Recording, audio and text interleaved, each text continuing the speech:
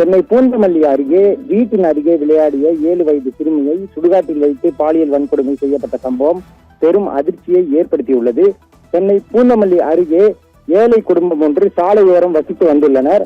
அவர்களின் 7 வயது மகளான சிறுமி வீட்டின் அருகே விளையாடி கொண்டிருந்துள்ளார். அவர்களின் வீட்டின் அருகாமையிலேயே சுடுகாடும் அமைந்திருந்துள்ளது.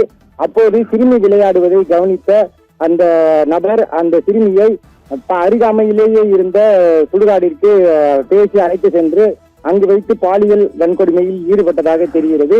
இந்த சம்பவம் தொடர்பாக சிறுமியின் பெற்றோர் விவரம் அறிந்து பூந்தமல்லி காவல் நிலையத்தில் புகார் அளித்தனர். போலீசார் தற்போது காட்டுப்பாக்கத்தை சேர்ந்த அந்த பாலியல் வன்கொடுமையில் ஈடுபட்ட கொடூரனான சரவணன் என்ற நபரை கைது செய்துள்ளனர். அவரை தீவிர விசாரணைக்கு பிறகு போக்சோ வழக்கு பதிவு செய்து தற்போது அவரை சிறையில் அடைக்கும் நடவடிக்கைகளை மேற்கொண்டு வருகின்றனர். சிறுமி ஒருவர் சுடுகாட்டின் அருகே வைத்து பாலியல் வன்கொடுமை செய்யப்பட்ட இந்த சம்பவமானது பூந்தமல்லி சுற்றுவட்டார பகுதியில் பெரும் அதிர்வலையை ஏற்படுத்தியுள்ளது.